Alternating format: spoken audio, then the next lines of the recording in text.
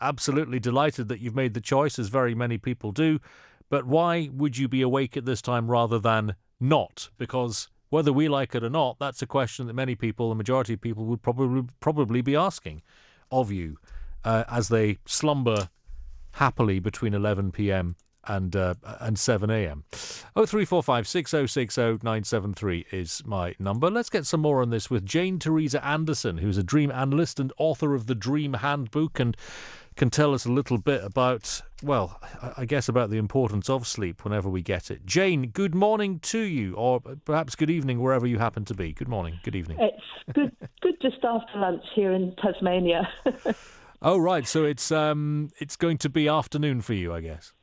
Afternoon, yes. Yeah, okay. Although I was pleased to hear you're in Glasgow, because I spent 11 years in Glasgow. That's where I went to university. So I can kind of picture you sitting there.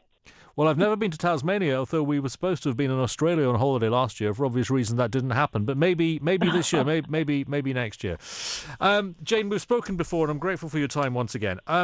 Why would a study, and it appears to be quite a hefty study in terms of the number of people studied, why would science suggest that those of us who are night owls might underperform compared with those who enjoy getting up early in the morning?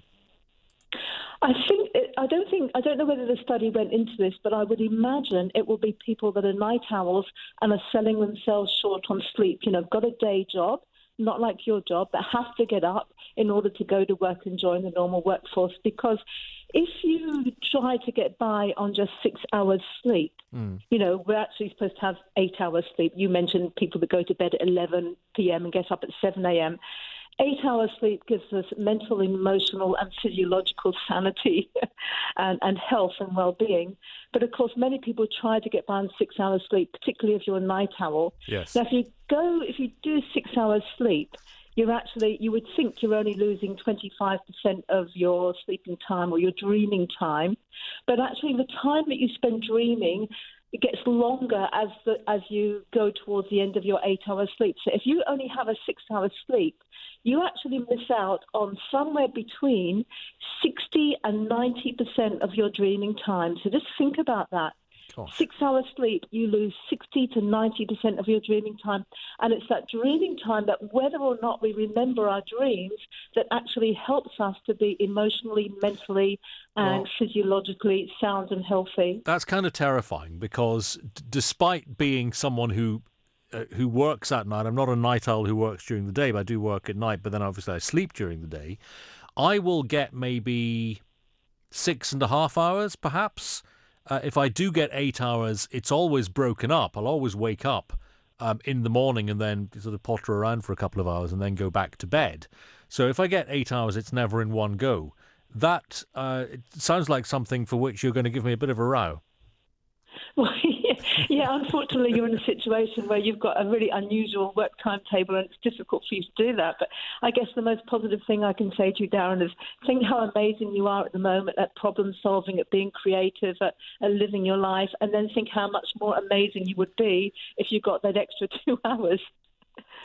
Yeah, it's difficult though, isn't it? Because firstly, I wouldn't stay awake. How can someone, if they have difficulty, staying asleep, I should say, if someone has difficulty staying asleep, and I can go to bed this morning, let's say it's now 3:11. If I get into bed, if I'm very diligent and go to bed at sort of 5:15, say, a couple of hours from now, and I manage to fall asleep reasonably quickly, I know I'll wake up at 10 o'clock in the morning, 4 hours after I've been to sleep. Now, I might get back to bed and back to sleep after that point, but what is it that's making me so alert after 4 hours?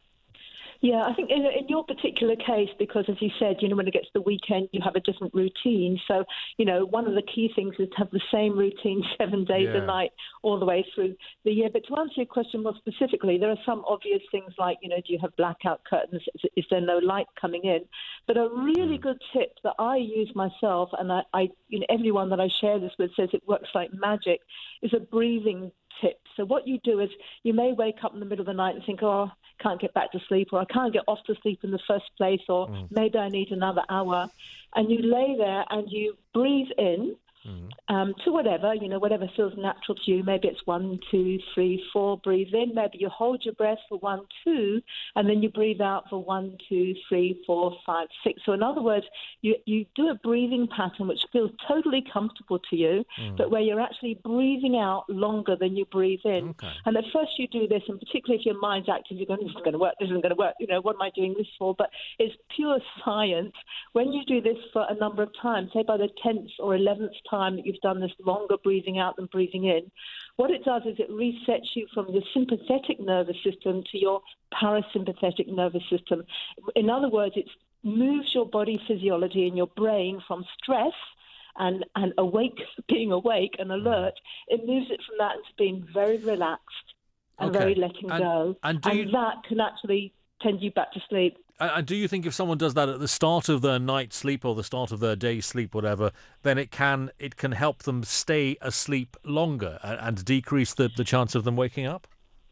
I do, absolutely. And if you do wake up, you just engage it again. But it means that you're going off to sleep and getting out of that hyper alert, state to begin with. Yeah. I find when I do it, and when I talk to other people, it's like you think you're doing this, that's 6, that's 7. And then you wake up in the morning and think, the last thing I remember is sort of getting to 6 or 7. Obviously, I don't remember being awake after that, so obviously it sent me to sleep. Other things that are really important, particularly if people are natural night owls, but they've still got to get up early in the morning, is just to be really harsh and start a routine, to move back your sleeping time 15 minutes at a time, 15 minutes the first week, 15 minutes the second week, until it gets back to a time which would allow you 8 hours sleep. And then do all the things we all know, like have a hot bath before you go to bed, no screens, no television in your bedroom so that your melatonin levels are right.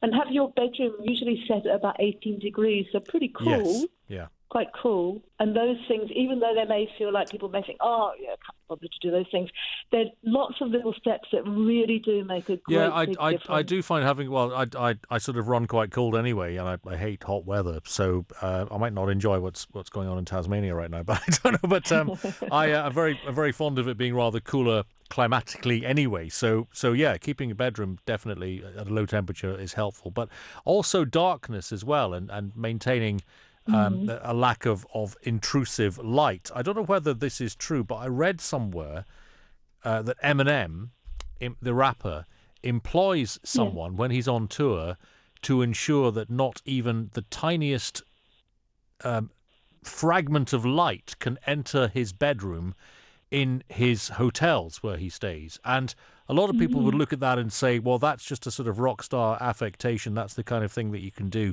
if you have more money than sense. I think if I had the money, I would absolutely be doing that, because our bedroom, we've got blackout blinds that are sort of magnetically attached to the windows, and then blinds on top of that as well.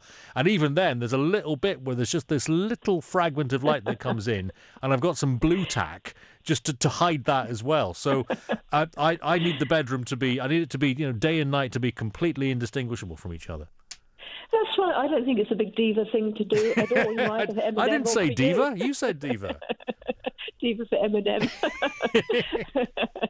It's totally sensible. And when you're not travelling around like Eminem and other people are doing, and going from hotel room to hotel room, when you've got your basic set bedroom, I think it's worth putting as much effort as you can. Even getting people that are really practical around to help you set up to get that complete darkness in. And a lot of it is commitment, isn't it? It's saying, no, look, I'm a natural night owl, but I really want to make this work for me, so I'm going to be really tough, and I'm going to do this thing, and I'm going to particularly get to bed 8 hours before. And on those first few weeks when you do that, when you go to bed earlier, not to haul yourself over the coals for the fact that you didn't manage to get to sleep the first night. Think about putting a little baby to bed, and it takes a few weeks, months, years of training to get them to do that. But, be kind with yourself and know that if you take these steps, it will happen. But then feel so much better. And then the temptation, though, you talk about routine, and it is massively important. But if I were to stick to my routine over the course of the weekend, which is coming up, then it would spoil my weekend. If I were to stay up until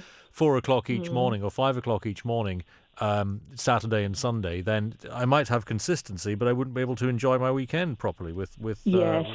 Those are the true life difficulties, aren't they? Yeah. Yes, we've got to make some compromises along the way, unfortunately.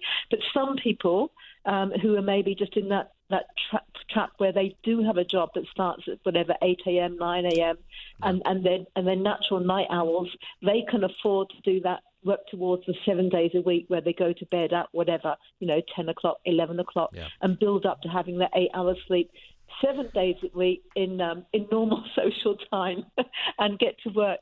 One of the wonderful things that sleeping and dreaming does give you is the ability to become a much better problem solver, and that is what we really need, in our jobs as well as our life. Well, we'll talk about dreams perhaps at some point in the future in more detail, but for now, Jane, thank you very much indeed. Jane Teresa Anderson is a dream analyst and author of the Dream Handbook, talking there about the importance of getting sleep and the importance of routine, but it is difficult. This is the weekend for me. It starts in 42 minutes' time, and that's it, phone off, switched off for a couple of days, no emails, no phone calls. Fantastic. That's what has to happen for the preservation of sanity as much as anything else. 0345 6060 973 is my number. Do give me a call and tell me how your sleep schedule affects the way that you work. Night owls more likely to underperform at work than those who are productive in the morning. 6,000 workers in Finland were assessed as part of a lifelong study. At the age of 46, they were quizzed about their working life and their health, and they were questioned about their sleep patterns to find their natural chronotype. 10% of men, 12% of women were said to be evening chronotypes. The majority of those worked in day jobs. Researchers wanting to assess whether those evening people had poorer workability than morning larks or morning chronotypes, and the answer would appear to be yes, that would seem to be the case. 0345 6060 973 is my number. How does your sleep schedule affect the way that you work? And do you worry that you aren't getting enough sleep? I've said this before, and I know it sounds mad, but sometimes just being reassured that you have slept can be something which is de-stressing. My Apple Watch has got a sleep monitoring thing on it, and so it automatically can tell me when I've slept, for how long I've slept, and just being able to see that on a graph the next day, even if I feel like I haven't slept particularly well, if the science says, actually, you slept for 7 hours and 22 minutes, you're fine, I find that reduces a bit of stress, and I worry a bit less about not getting enough sleep, at least on that particular day, and that is less tiring, just a little bit less tiring. There's a sort of virtuous circle that is created by that knowledge. 0345 6060 973. LBC